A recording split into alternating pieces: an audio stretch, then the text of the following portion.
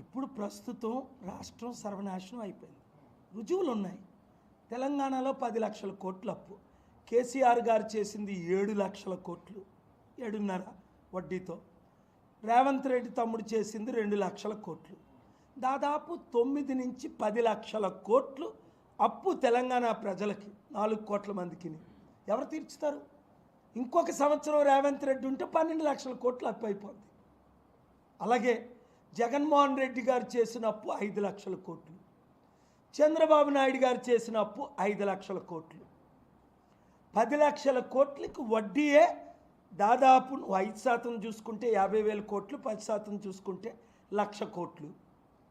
ఆదాయం తక్కువ, వడ్డీ కట్టలేని పరిస్థితి. Common sense. ఇప్పుడు నీకే 50,000 రూపాయలు నెలకి ఇన్కమ్, నీ ఖర్చులు 1,00,000 రూపాయలు నెలకి. నీ 50,000 ఇన్కమ్ అయినా 1,00,000 రూపాయలు చేసుకోవాలి, లేదా నీ 1,00,000 రూపాయలు ఖర్చైనా 50,000 చేసుకోవాలి. లేదు అంటే ప్రజల మీద, ప్రజలకు అర్థం అవ్వట్లేదు ఏంటంటే, అరే 1,00,000 రూపాయలు నా పేరును అప్పు చేసి నాకు 20,000 ఇస్తున్నారు, 80,000 వీళ్ళు తినేస్తున్నారు.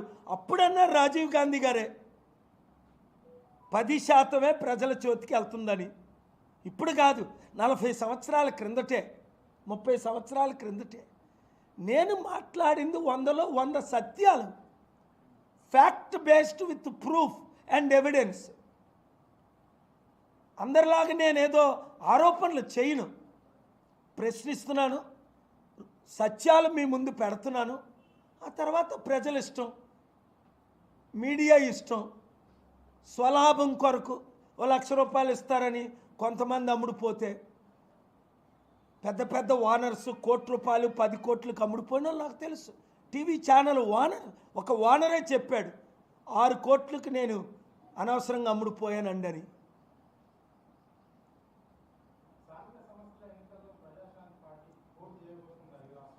పునాదులు వేస్తున్నాం, పోటీ చేయడానికి సిద్ధపడుతున్నాం. మంచి యూత్, ఫైట్ చేసే యూత్. గోపాల్ గారు వస్తే, ప్రజాశాంతి పార్టీ వస్తే 1,00,000 కోట్ల అప్పు తీరుతుంది, అభివృద్ధి జరుగుతుంది. 1, అప్పు తీరుతుంది. 2, అభివృద్ధి జరుగుతుంది. అంటే అభివృద్ధి అంటే నిరుద్యోగులకు ఉద్యోగాలు. ఎలాగా? 100,000 కంపెనీలు తీసుకొచ్చాను, 100 కంపెనీలు, 1000 కంపెనీలు తీసుకొస్తాను. ఇప్పుడు నేను తీసుకొస్తానంటే చంద్రబాబు తేనవట్లేదు, రేవంత్ రెడ్డి తేనవట్లేదు, మోదీ తేనవట్లేదు. ఎందుకు? వాళ్ళ పొట్ట నిండుతుంది, వాళ్ళ పాకెట్లు నిండుతున్నాయి, వాళ్ళకి 1,00,000 కోట్లు ఆస్తుందని అందరూ ఆరోపిస్తున్నారు. వాళ్ళకి ప్రజల గురించి ఎందుకు పట్టించుకుంటున్నారు? సూపర్ 6 అన్నారు. ఆంధ్రప్రదేశ్లో సూపర్ 6 ఎక్కడ? ఇప్పటికీ ఒక్కరికైనా తల్లికి వందనం ఇచ్చారా? తాతకు అప్పడాలు ఇచ్చారా? నాన్నకు పప్పడాలు ఇచ్చారా? పెన్షన్లు ఇచ్చారా? నిరుద్యోగ భృతి ఇచ్చారా? ఇంక సర్వేలు చేస్తున్నారట. ఏమన్నారు? మేము వచ్చిన వారం రోజుల్లోనే చేస్తాం, నెల రోజుల్లోనే 88,000 ఖచ్చితంగా చెప్పారు. 15, 15, 15, 15, 60, ఈ 18, 78 లెక్క రాసుకో. ఈ 78 ఇస్తున్నావు నువ్వు. ఆ 78 అందగానే నాకు తాటిపూసలు తీసుకొని రా అని ఎమ్మెల్యేలు అందరికీ చెప్పారు. ఇంత మోసమా? ఇంత అబద్ధాలా? బుద్ధున్నోడు ఒక్క తెలుగోడు కూడా ఇప్పుడున్న ఒక్క పార్టీ నమ్మరు. ఇంకెలా చెప్పాలి? అప్పుడైతే మీరు అమెరికాలో ఉన్నారన్నారు. ఇప్పుడు నేను రోజు మీ మధ్యనే ఉంటున్నాను. నేను పోరాడినట్టు ఎవడూ పోరాడట్లేదు. ప్రతి రైతు దగ్గరికి వెళ్ళిపోతున్నాను, ప్రతి నిరుద్యోగి దగ్గరికి వెళ్ళిపోతున్నాను, ప్రతి విషయంలో కోర్టుకు వెళ్ళిపోతున్నాను, ప్రతి విషయంలో ఫైట్ చేస్తున్నాను. ఇంకెందుకంటే నేనేం చేయాలి చెప్పండి మీరే. మీ కొరకు నేను ఉన్నాను అని రుజువు చేసుకున్నాను. నేను కావాలంటే, మార్పు కావాలంటే, అభివృద్ధి కావాలంటే, లేదురా ఆ 3% ఉన్న వాడే మాకు కావాలి, ఈ 5% ఉన్న ఈ రెడ్లే మాకు కావాలి, 12 మంది ముఖ్యమంత్రులు, నేనేం చేయలేను. మాకు ఈవీఎంలు వద్దు, బ్యాలెట్ పేపర్లే కావాలి.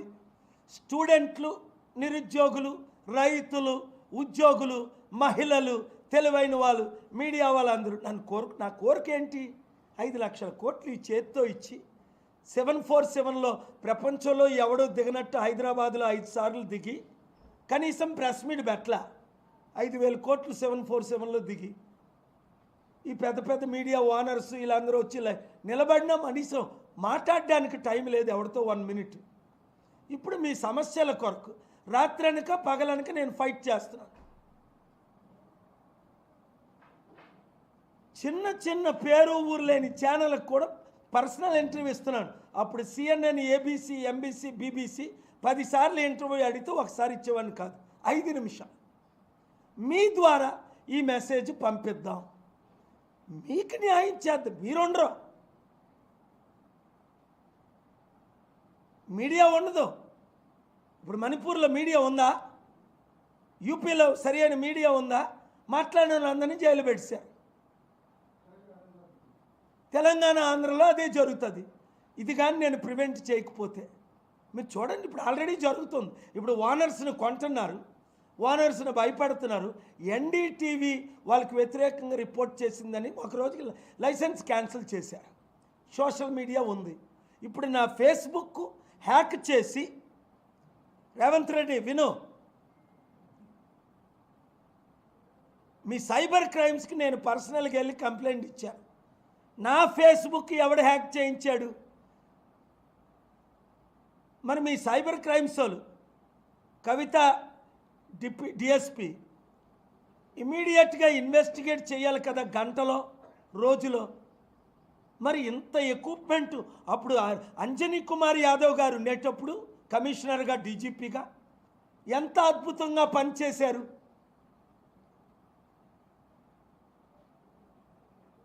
మరి ఇప్పుడెవరో DGP నాకు తెలీదు. హోమ్ మినిస్టర్ రేవంత్ రెడ్డి అనుకుంటా. యువతల ముఖ్యమంత్రి పదవికి ఇతర హోమ్ మినిస్టర్ పదవి ఎన్ని పదవులు పట్టుకుంటాడు ఇలాగా? ఆ సైబర్ క్రైమ్ వాళ్ళకి చెప్పి నా ఫేస్బుక్ని ఎవరు హ్యాక్ చేశారు, నా పాస్వర్డ్ ఎందుకు తిరిగి ఇవ్వలేదు, లేదా ధర్నా చేయమంటారా? నేను అన్నిటికీ సిద్ధమే, మీకు తెలుసు. ఇప్పటికి నెల రోజులైంది నా ఫేస్బుక్ హ్యాక్ చేసి. మిమ్మల్ని పార్టీ చేసి కోర్టులో కేసు వేయమంటారా? అందుకే రిపోర్ట్ ఇచ్చా. నా ఫేస్బుక్కే హ్యాక్ చేశారు అంటే మరి సాధారణ ప్రజలు ఫేస్బుక్లో హ్యాక్ చేయట్లేదా? మీరు మీడియా వాళ్ళు హ్యాక్ చేయట్లేదా? Thank you very much.